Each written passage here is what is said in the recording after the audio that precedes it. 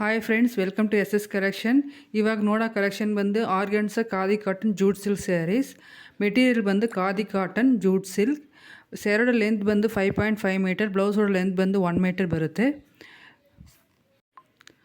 Good quality sari ಬಂದು little transparent ಬರುತ್ತೆ. ಇದು ಬಂದು ಆರ್ಗನ್ಸ ಸಿಲ್ಕ್ ಲೈಟ್ ವೆಯ್ಟ್ ಬರುತ್ತೆ, ಲಿಟಲ್ ಟ್ರಾನ್ಸ್ಪರೆಂಟು ಬರುತ್ತೆ.